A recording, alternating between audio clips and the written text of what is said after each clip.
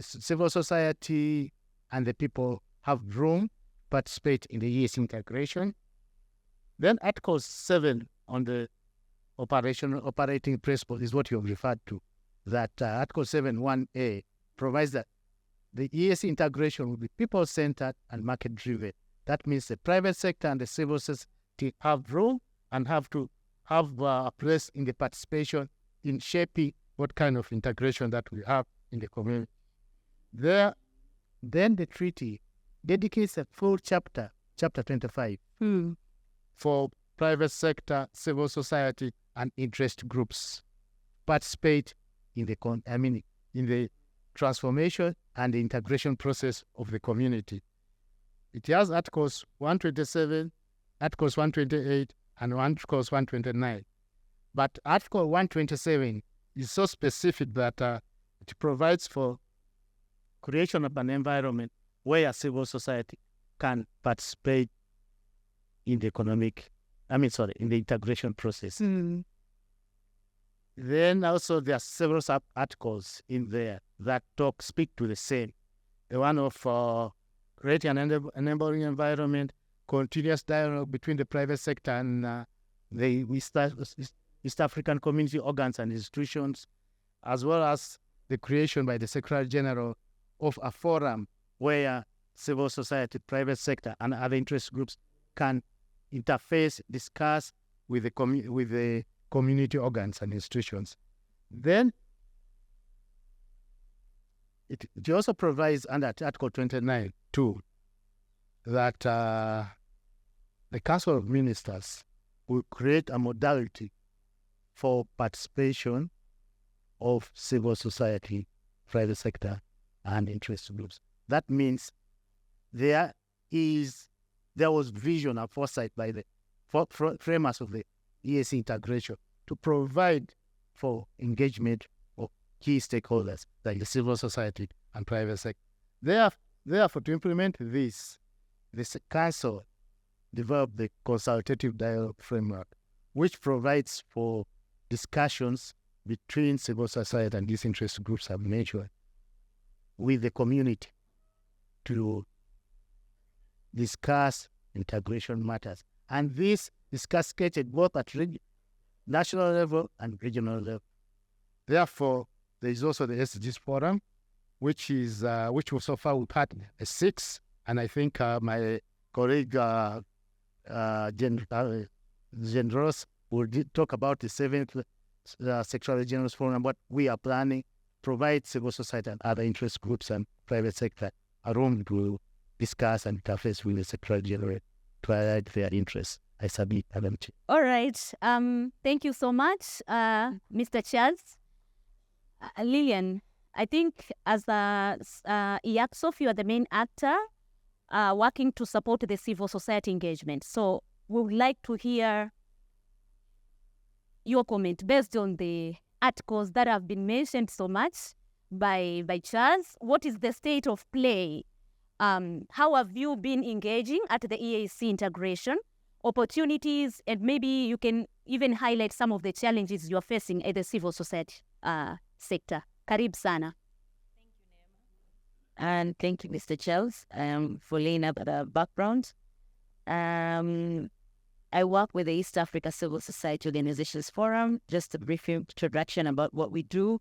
We're an umbrella body for the civil society in East Africa region, as he has already laid out the legal framework that provides for the East African community to engage with various actors in the region. So as I said in the various articles, I like referring to Article 127, but it's more direct, that speaks to EAC engaging with civil society and private sector and other interest groups to discuss the various issues in the region. So basically, that is how EACSOF was formed back in 2009 and has been in action and has been active to date. We have partners, or I can say chapters, in every East African partner state, and currently yet to establish chapters in the partner states such as DRC and Somali, being the new members that have just joined in the community. And so we have been engaging in the various partner states through the national coordinated civil society platforms, So in the case of Tanzania, where we are right now, our main host is currently in Congo, that is hosting the YAPS of Tanzania chapter. So basically, that's just a quick introduction of who we are, how we are stated, and how we have been engaging as we go on. Now, back to your questions, Nema, and to speak on to the to try to address what are, some of the engagements that you've been doing over the years. I just wanted to also highlight from what Mr. Charles has already presented, that is on the framework of the Secretary General. We formed a framework called the Consolidative Dialogue Framework. And I'm glad to see that we have the principal officer here. She'll explain to that even more in depth. And so the Consolidative Dialogue Framework is basically a framework that was formed to bring together civil society and private sector and other interest groups to dialogue and bring in recommendations that come up and are presented to the Secretary General's Forum that, as you've heard, has only happened for 6 times, and we're yet to have the 7th SG's Forum, hopefully sometimes before the year's ended. So basically, this forum calls for national dialogues, and that is how we actually engage. That has been a very vibrant process, I can say. That is partners hold national dialogues within different partner states in the EAC and come up with recommendations. And these national dialogues also, I just want to touch into the national dialogues because this is how we actually also engage with the civil society that are present in this room. Some have managed to be part of these national dialogues, but some have not also been part of this. So I'm speaking to them because we are yet to also have the national dialogues, and I'd like to see the Tanzanian civil societies actively participating in these national dialogues.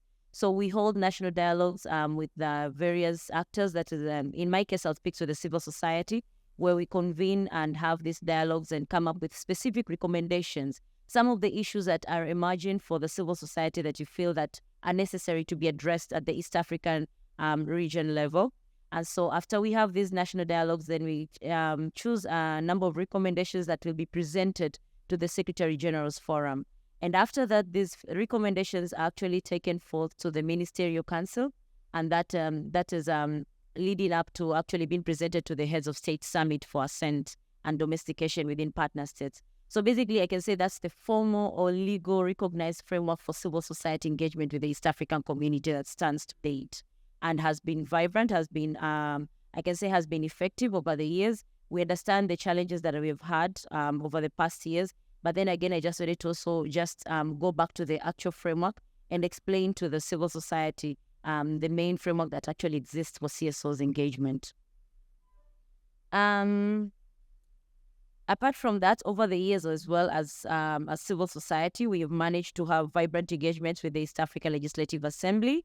And this brings into the component of policy formulation in the EAC region, where civil society saw that there was a necessity to come up with specific policies or a bill or a law that we see that needs to be addressed or be assented to across the East Africa region. We have managed to engage with the East Africa Legislative Assembly a number of times, and through that, we've had, I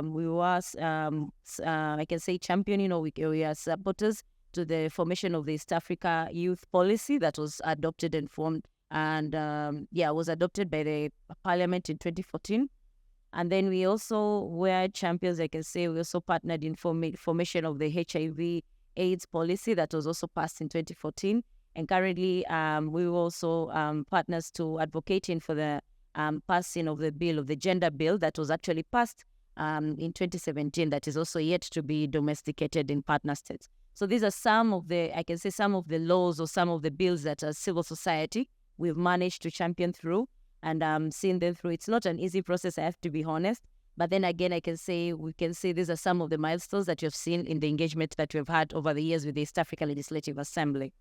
I'll now also draw my attention to one of the vibrant engagement processes, and I'm going to draw this attention specifically to Tanzania, because we have had quite a number of vibrant national dialogues that have happened across the region.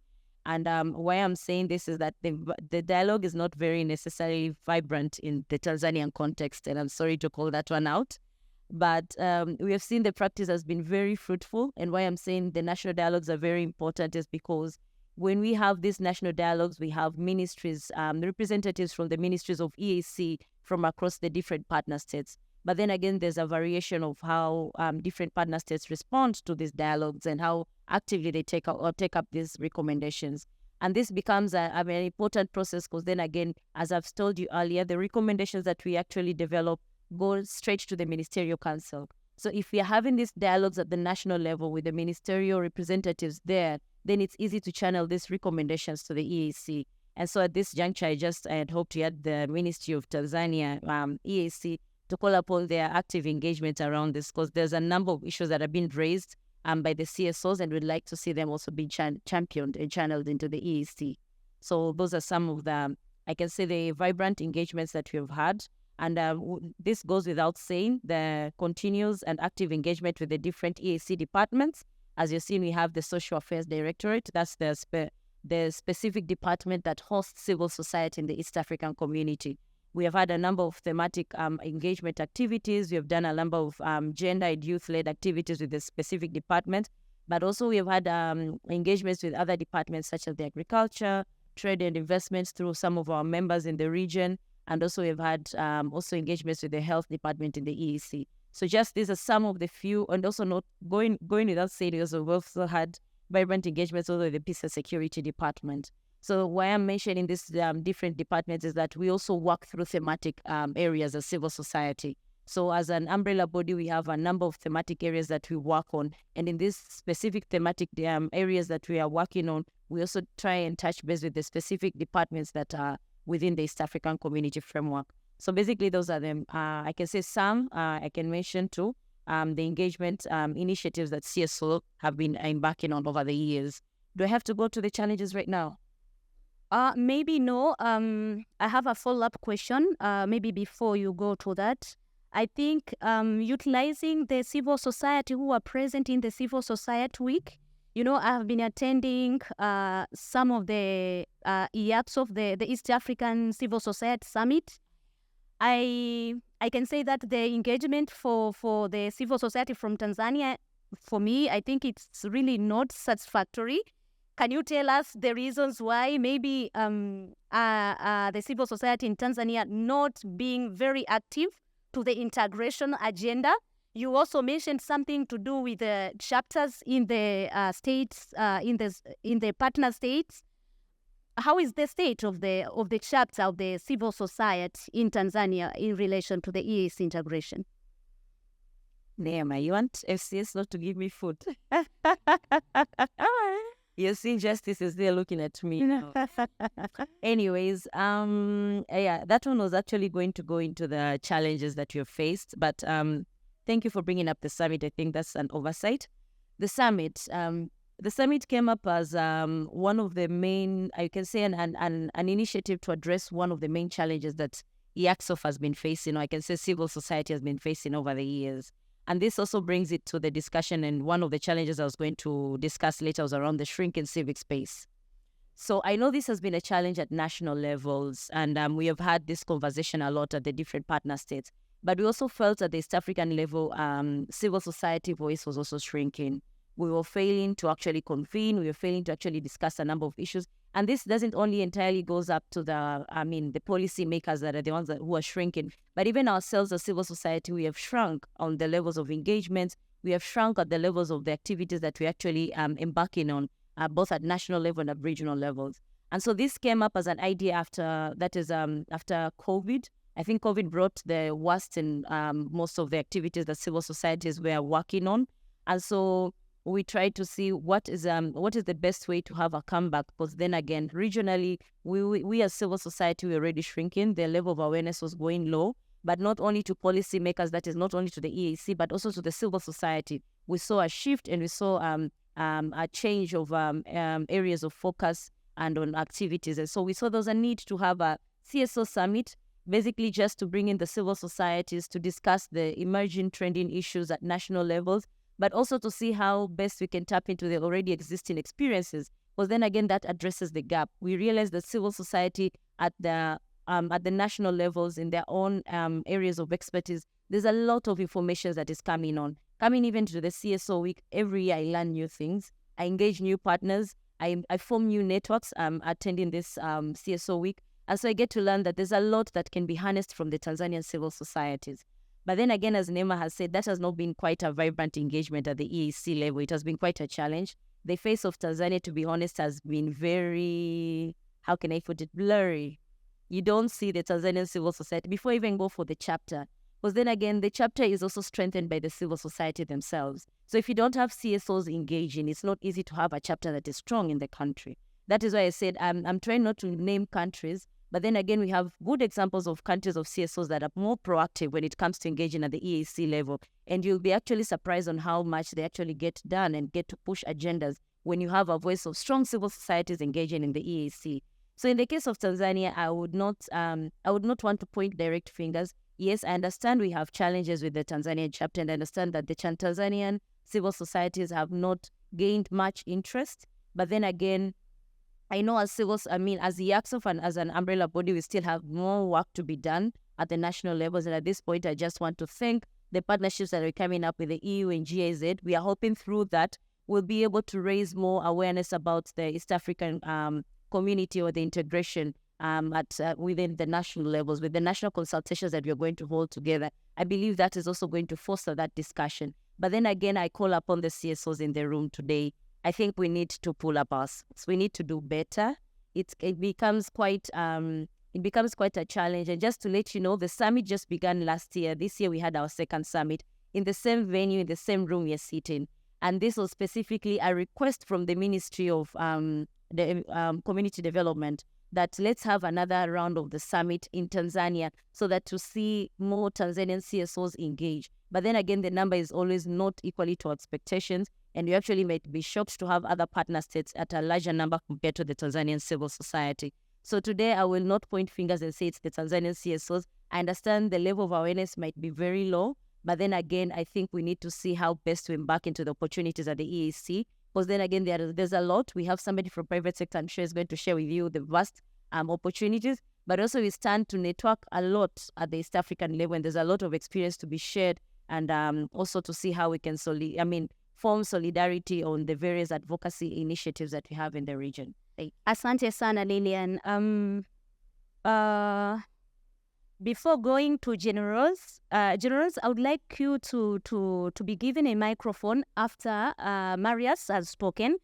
Actually, for you, I would like to give you an opportunity to speak about the upcoming. I hear that there is going to be an SDGs forum, which has not happened for some years now. Maybe I would like to give you an opportunity to give us like an update and what we should expect and how we can engage as civil societies from Tanzania. So after Marius.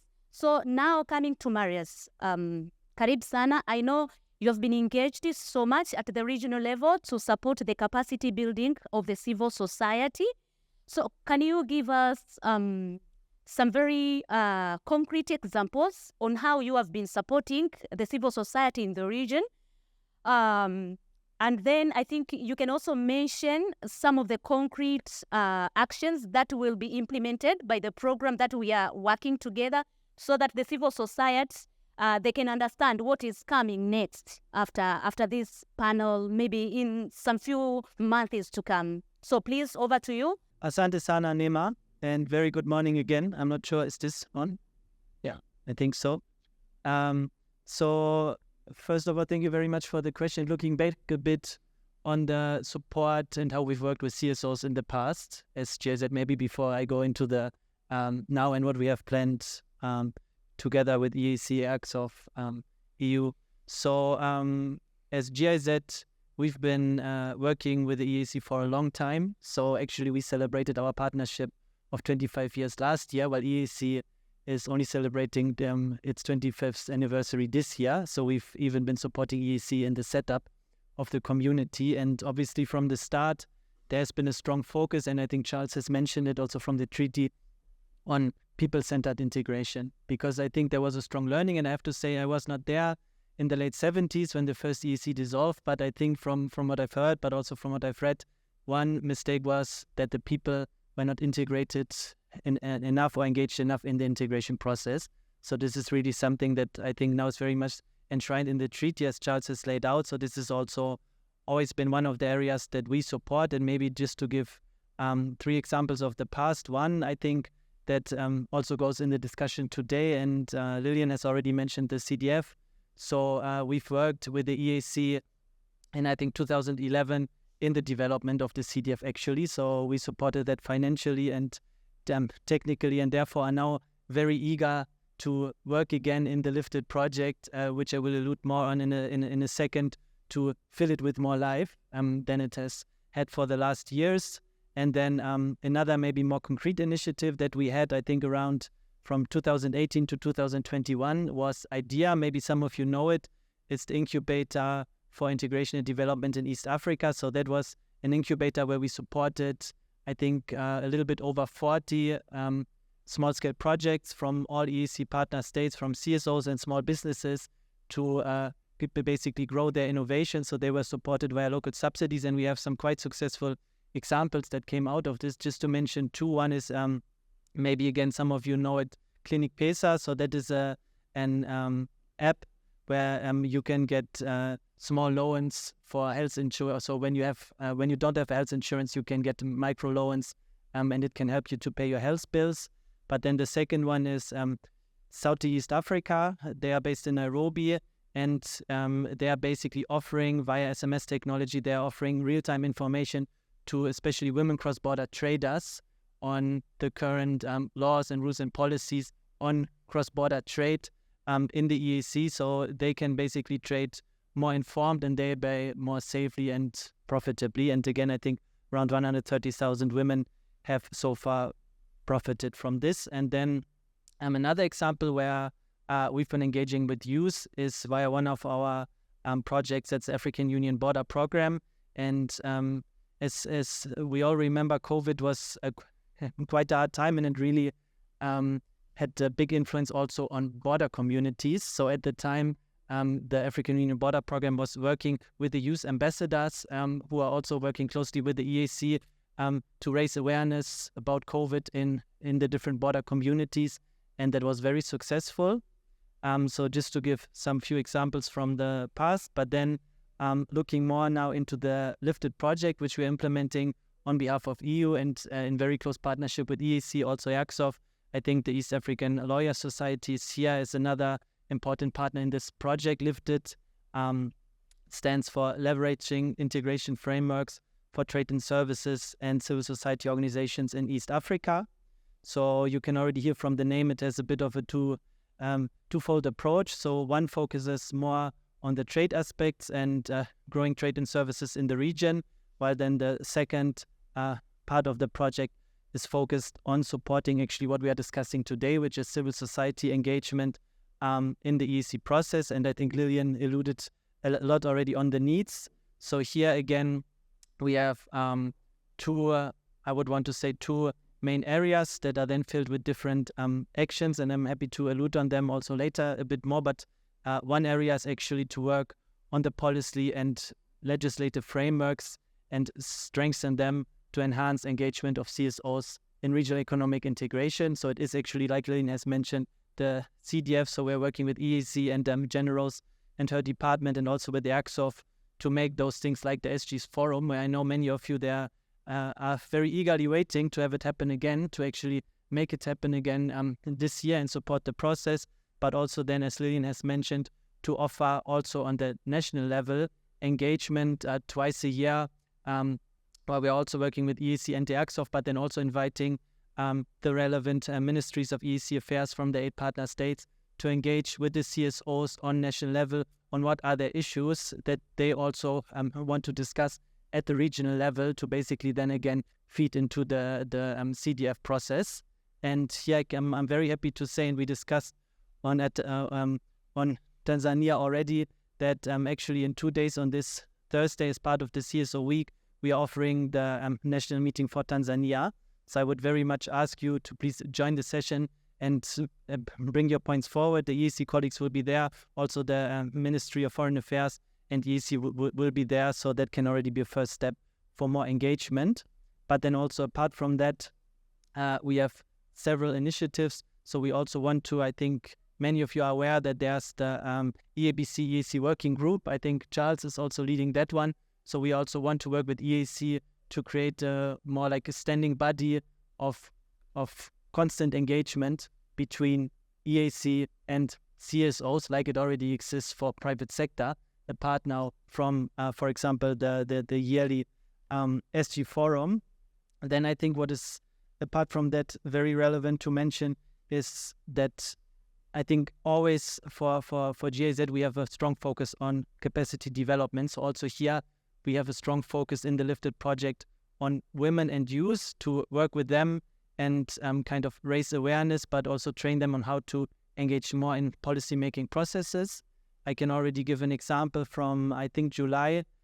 We had a workshop together with the EAC colleagues on revisiting the current simplified trade regime, which is very important, especially again for women cross-border traders. So here we partnered with EWIP to bring women cross-border traders from all 8 EAC partner states to the meeting to give their inputs now into the revised simplified trade regime. But in the same light, also we are working with Jen Rose and her department to review the gender policy, the youth policy, and also the strategy for women in business and socio-economic development. And here also we want to hear the voices of CSOs. Yeah. All right, Marius, a quick one. Yes. Is there going to be funding for civil society? Yes. I know some people that they have been asking me for those questions. I know this project is 6.5 million euro. So please tell us. Yes, there's also going to be funding for civil. Can you raise up your voice on that topic? On that point. Yeah. Am I audible? Okay, so I can also speak on this one. Yeah, Nima, thank you very much for the question. So there's also going to be funding for actually CSO-led innovations. So actually, maybe after this, you can also, my colleague Joyce is here, so you can ask her for more information. But we're actually currently preparing for the call for applications. So we are looking for specifically women and youth-led CSOs to send us their proposals for innovative ideas that they want to have and want to implement to tackle different challenges in the region. Can be on agriculture, can be on trade, can be on climate. So we want to hear their ideas on how those challenges can be tackled regionally. And then we will have online rounds with CSOs and their innovations from all partner states. And it will all kind of then come together in November at the ULEAD Summit that will also be held in Arusha.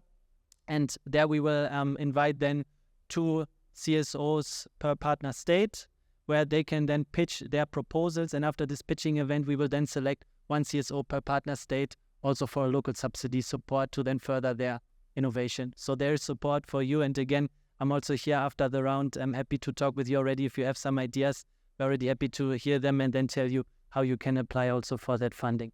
Interesting.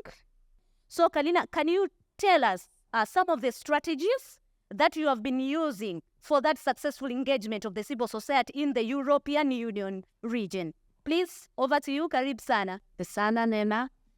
Maybe I will start with something because listening to all those discussions, Lilian alluding to, the need to stir up a little bit the Tanzanian civil society to participate in this and to influence the regional integration processes. What I want to say is that let's not underestimate the impact of those regional integration processes on all the policies within Tanzania. I think this is one of the, let's say, bigger message I have from the regional integration in the European Union bloc. So I understand for certain community-based civil society or even national-based civil society, this regional integration process is a little bit of a mystery, no? You have to invest a lot of effort to understand what is planned at the regional level, how it will affect you. And sometimes there might be a little bit of a fear that those processes are too far away from us, too complicated for us to get involved. But just to say, it is really crucial because there is a momentum right now for implementation of many of those regional integration processes with the decision of the African Union to roll out the African Free Trade Agreement, continental one. There is a, let's say, acceleration of reforms at the level of regional integration groupings like the EAC one, but also other ones like SADC and others in which Tanzania is participating. And those processes, those reforms going forward bring a lot of opportunities that you should know of because you can, let's say, help your constituencies to grasp those opportunities they are also creating a lot of disruptions in the process. Let's be honest, and you have to be there to make sure that those disruptions, that those risks are being mitigated. So a few lessons learned maybe from the European Union process of integration. We have 70 years of experience of implementing quite far-fetched regional integration policies, going from economic but also going into political sphere. So let's say in the European Union integration project, the citizen engagement was there from the very outset. So the idea was that once we embark on those big integration movements, we have to make sure that this is a citizens' agenda, that we have fully, let's say, the benefits or the impact on the average citizen fully in our center of our policies. So when the European Community was created in 1957, one of the main organs that was created, close to the European Council, representing the countries, European Parliament, European Commission, like an executive government body, European Committee of Regions, we created something that is called European Economic and Social Committee, which is the voice of the civil society, which means there was a whole institution that represented the civil society in all decisions concerning the vision for integration and concrete legislation that shaped the integration processes. I was lucky to be there in the European Economic and Social Committee. When I started my career in the European Union, I was an intern in the European Economic and Social Committee. So it was a very, let's say, inspiring experience for me. So this committee is created around 3 major groups that debates all the policies. There's a group of employers, so representing the entrepreneurs, the private sector, so the businesses themselves. They have the stakes in the regional integration. We have the committee, we have the group of trade unions representing the employees, so they are looking at social standards and so on. And we have a group representing a wider civil society. So all these groups debate every single policy at the European level, and they have shaped quite a lot what we see now as the outcome of the regional integration. In the European Union as well, outside this impact of the European Economic and Social Committee, every policy, every legislation, every new regulation is subject to a publication, and there's an opening of the European-wide consultation process. So we always take at least 3-6 months to get the chance for every civil society organization out there, but also every citizen, everybody can, let's say, influence the process, send their concerns, send their suggestions for the legislation, and those ideas are being debated in the process of approval of different policy impact. And what is interesting, because the civil society engagement worked very well, there was another reform that we introduced in 2007. So the civil society said, okay, we have an impact on every policy legislation proposed, okay? But we don't have the power of proposing the legislation, proposing the reforms. It's only the European Parliament or European Commission have the power to propose something, and then we can influence it. We want the power to also propose legislation on issues that are important for us. So in 2007, we introduced this measure known as European Citizen Initiative. So the idea behind is that if you gather 1 million European citizens coming from at least 7 European member states, you can propose any type of legislation, you can impose on the European institution to deal with a matter that is close to your heart and you feel it's not being tackled at the level of the European Union institution. So that also gave the power to civil society to really and truly influence the process. Now, so I think in the European Union, we have these best practices to share. Every integration movement is different. It will define its all, let's say, practice of let's say, involving civil society in a different way. But these are some examples of how we do it at the European level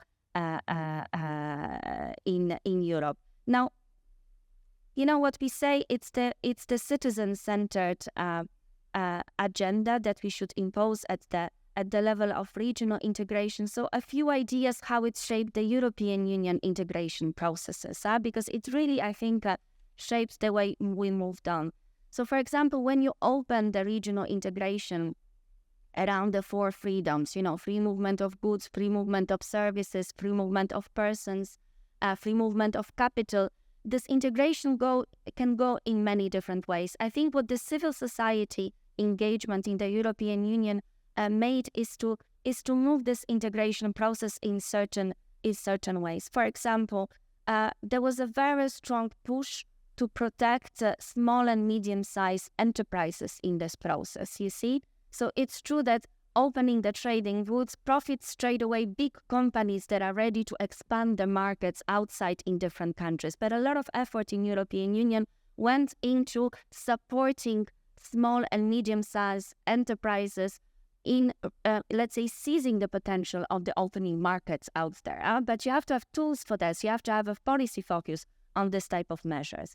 European integration brought a lot of disruption. So what was created is a European social fund. So if you move enterprises from one country to another, there has to be some kind of a mechanism to make sure that those communities that are affected sometimes negatively are being accompanied, so they can emerge stronger from different disruptions, and they can go in another way to profit from the regional integration. There was a lot of discussions, for example, on how to make sure that the increased competition in economic terms in the European Union does not cause a race to the bottom in terms of social standards. So a lot of legislation focuses on how to make sure that the minimum pay, that the social labor rights are being maintained despite of the competition that we are creating with the opening market. So these are some of the examples, on how the citizen engagement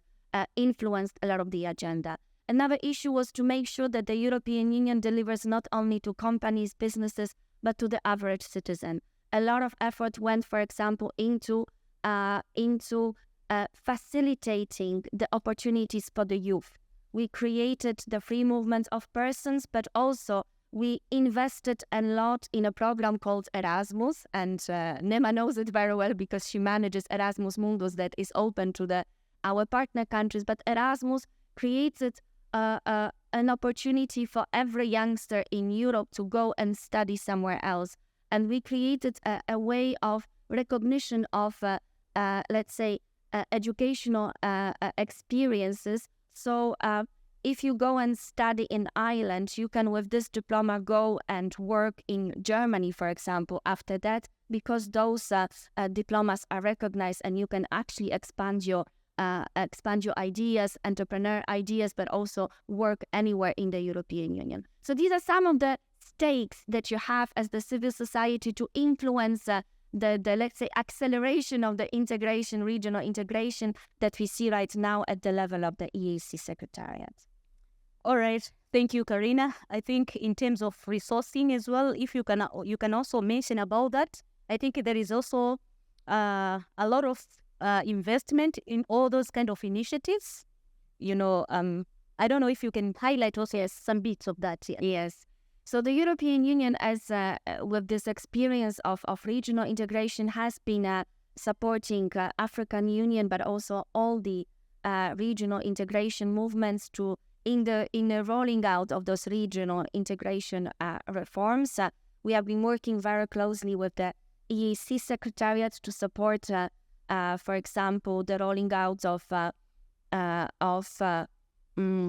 support to companies for the market access to expand their entrepreneurship ideas outside in the EAC communities. We have been working on trade in services, on supporting, for example, the shaping of the customs unions that it's necessary for any integration movements to advance in the future. But what we have seen in the past is that when we accelerate those reforms, we have to make sure the civil society is rightly equipped to influence the process. And this is from this assumption, from this, let's say, objective that we created the Lifted program, where we really dedicated a big amount of monies to support the civil society engagement, to let's say, equip civil society with tools to be able to influence the process. And we entrusted the management of the money to the GIZ, who will concretely work with the civil society in Tanzania and in other East African community countries to make this engagement possible in these crucial moments for the regional integration. All right. Thank you so much. I think we have heard a lot from the experience from the EU integration block. Yeah, thank you very much, Neema, and thank you very much to the different youths for the questions. I think if I can summarize them, I understand it's very much about how to increase youth involvement, how to have the right access to information.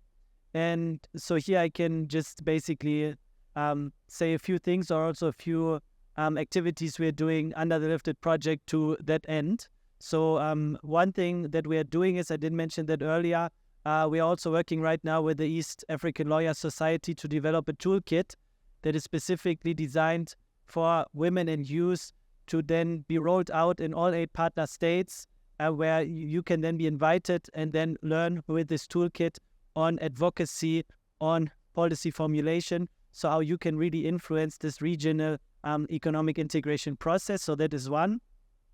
Then secondly, also I mentioned earlier that we are currently also supporting EAC to review the youth policy and update it.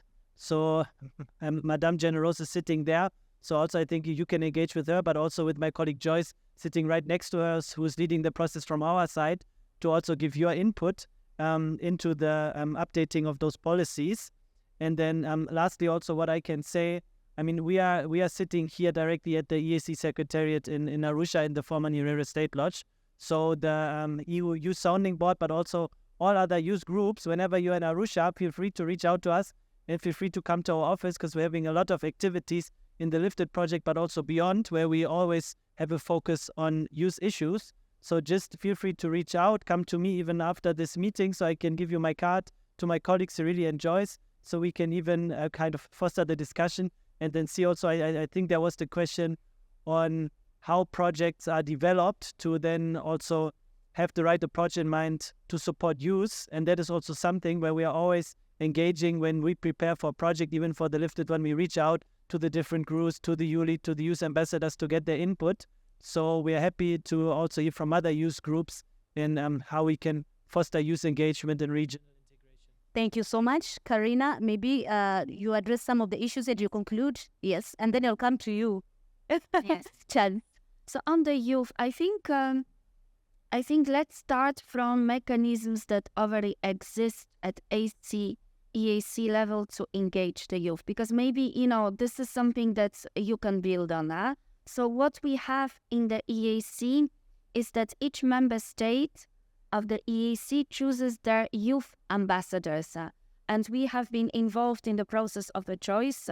This year, in the beginning, we financed the youth debate in Tanzania that has elected among the youngsters in Tanzania the kind of the youth representative that will be the voice of the youth at the level of the EAC institutions. I don't know, Neema, if you know the names of the youth ambassador and his deputy. We will pass on the information. Just to say, there's already some existing mechanisms. So youth organizations have to hold those youth ambassadors accountable towards you. You have to request meetings for those youth ambassadors to bring back messages and knowledge on the EAC integration processes. So your voices are channeled through those youth ambassadors. And I think there's an ambitious plan as well for those youth ambassadors to be at one point integrated within the institutions of the EAC, so they can really learn how the EAC works as a policy-making body and how they can influence it. So this is one thing. Another mechanism is that EAC is organizing quite successful ULEAD summits for quite a number of years. And these are also events that are there to kind of engage between the policymakers and the youth representatives on the main policies that are being rolled out by the EAC Secretariat. So the opportunity is there. We will be co-financing this year's edition. All the big civil society organizations at the at the regional level are there to represent also and to support the youth organizations to participate in such events. And maybe one opportunity I see as well, because I think it's a lot about building capacity of the local Tanzanian organizations to even know what are the measures that will be implemented in the future at EAC level that will have impact on the young people in Tanzania.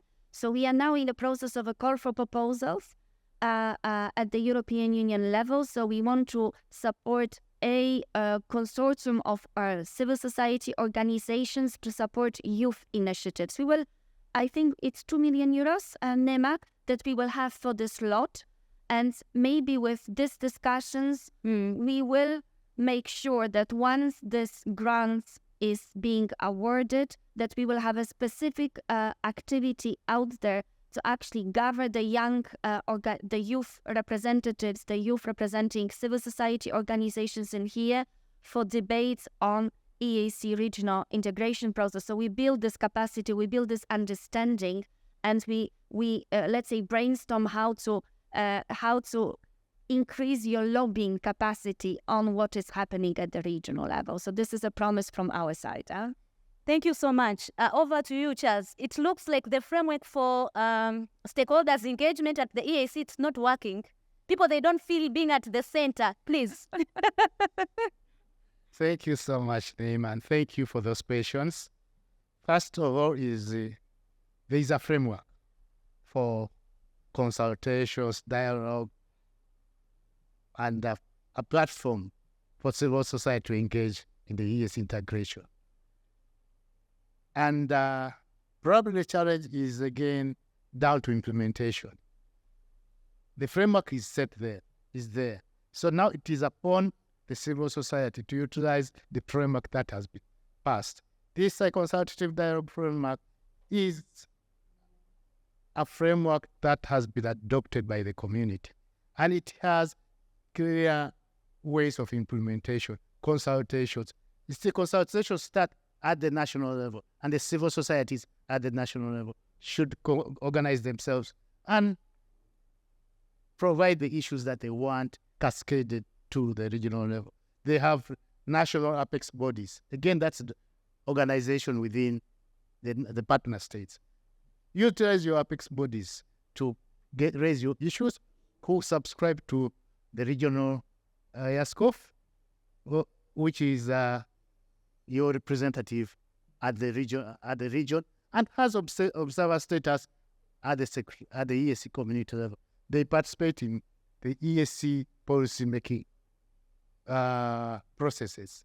So your issues raised from the national level can go through your apex bodies, go to the Alliance organization, and come to the community.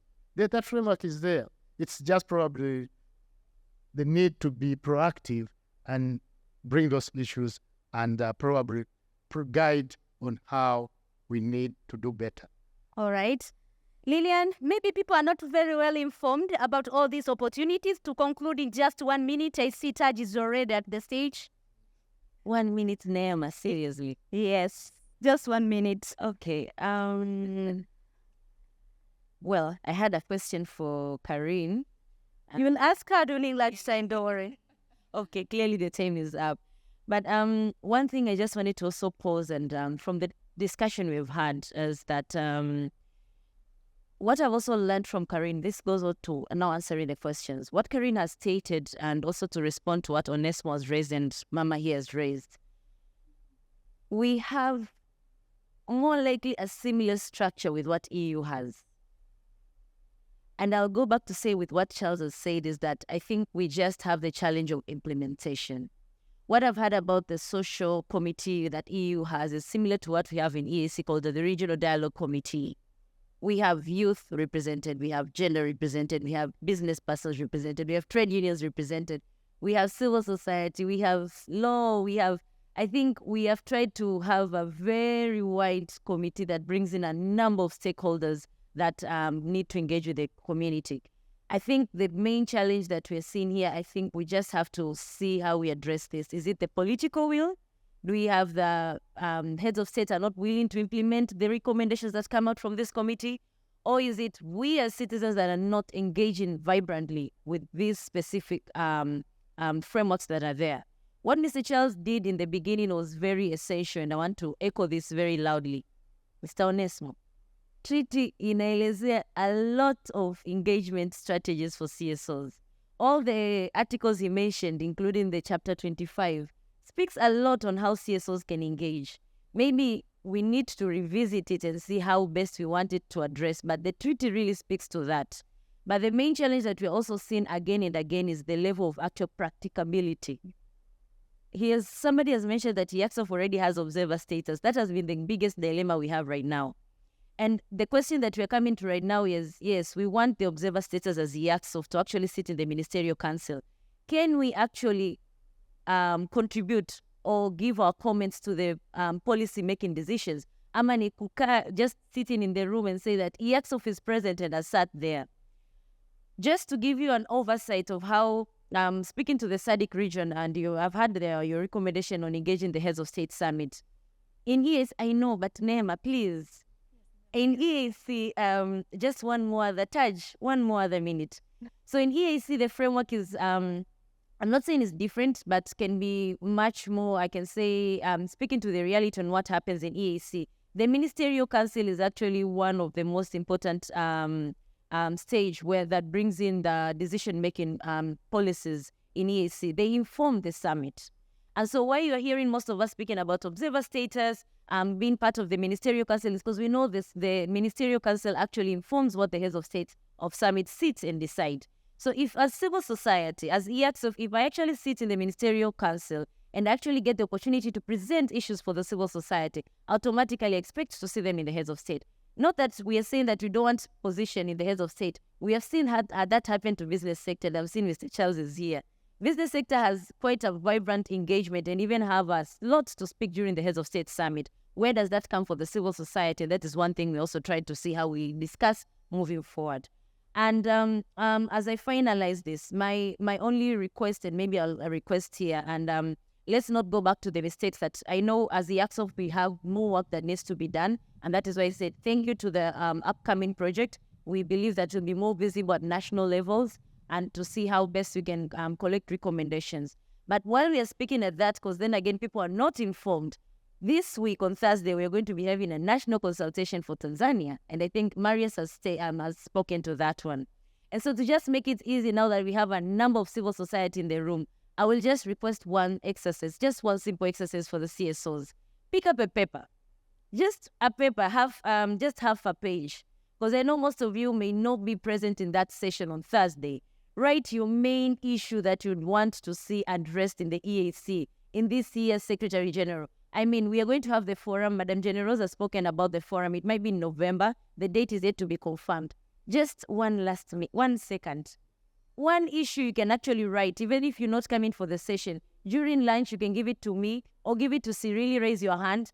Just one recommendation or one issue that you feel as a CSO present in this room that you really, really see pertinent to be represented or discussed in this year's Secretary General's Forum. And we can take it up as a report of the Tanzania consultation that has happened this year. All right. Thank you so much, Lillian. Since you're going to have that session, I think you'll talk more about that during that session.